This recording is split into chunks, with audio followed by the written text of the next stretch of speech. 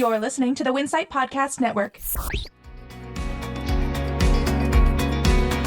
Costco has a new CEO. Altria has filed a vape-related lawsuit, and Misfits Market's integration with Imperfect Foods is complete. Welcome to Retail Daily, your quick look at the top news from Winsight Grocery Business and CSP Daily News.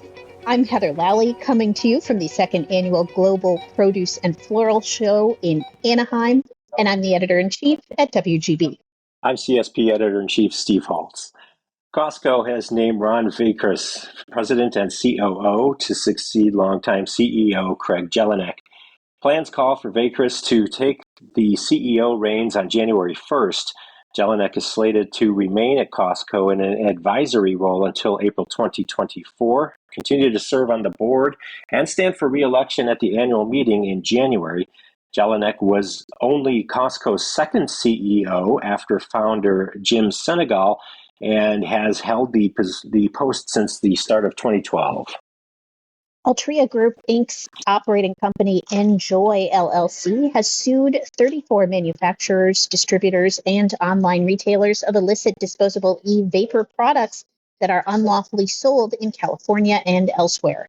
In the lawsuit filed in the U.S. District Court for the Central District of California, Enjoy alleges the vapor companies manufacture, distribute, market, and sell products that violate California's flavor ban law, which took effect in December 2022.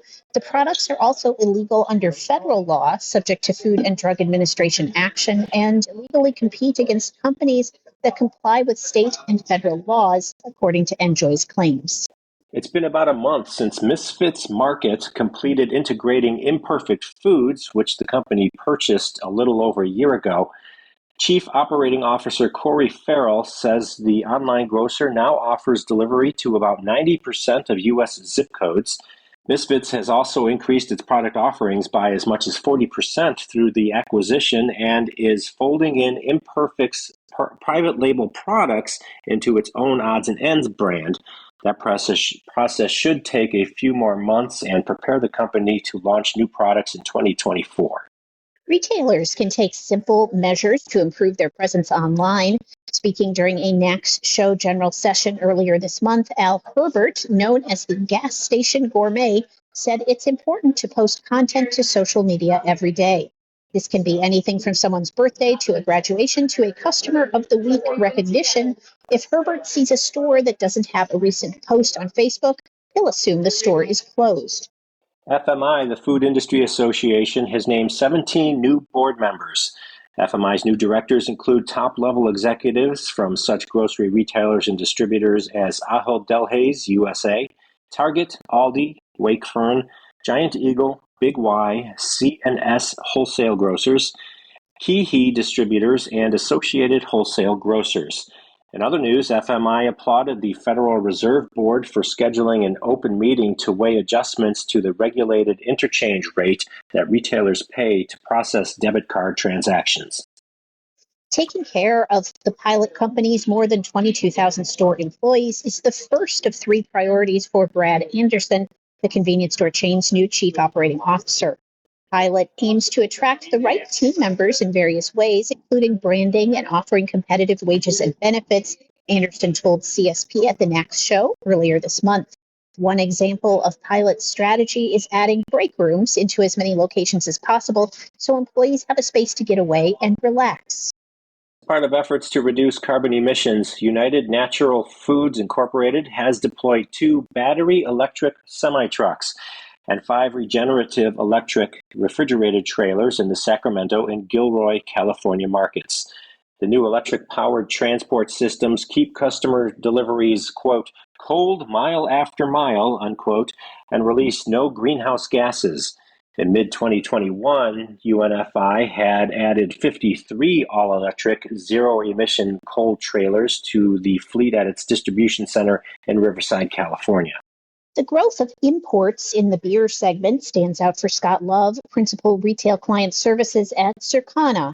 In a recent talk with CSP on alcohol innovations and trends, Love said that in the past 52 weeks through July, beer import sales are up 7.6% on a unit basis versus the overall category, which is flat. Meanwhile, liquor's been on a tear. It's a much smaller piece of the business, but it's growing as younger generations aren't consuming beer at the same rate as boomers or Gen Xers.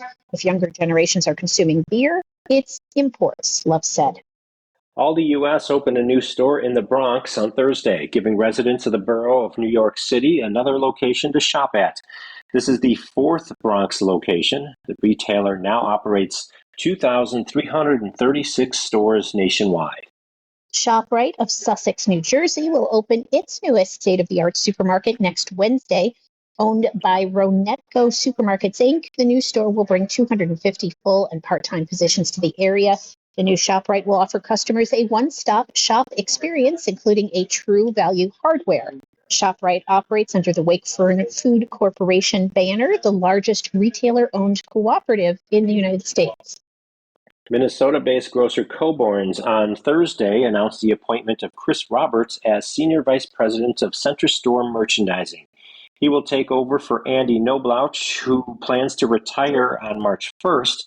Roberts will be responsible for leading the grocer's strategic merchandising initiatives in grocery, dairy, frozen, health and beauty, and general merchandise. The International Fresh Produce Association's second annual Global Produce and Floral Show kicked off Thursday in Anaheim, California. Suppliers, retailers, and industry experts discussed sustainability, looming climate challenges, and how to boost consumption of fruits and vegetables, and how to increase floral purchases. And Travel Centers of America launched a new limited edition Comfort Classics menu, available at Country Pride, Iron Skillet, and participating full-service restaurants. The menu includes meatloaf, pot roast, spaghetti and meatballs, ribs, and bread bowl chili. Yum. And that will do it for today's episode of Retail Daily. Subscribe on Apple Podcasts, Spotify, and more for your daily dose of retail news. For more on these stories, visit CSP Daily News or WinsightGroceryBusiness.com. I'm Heather Lally. And I'm Steve Holtz. Have a great day.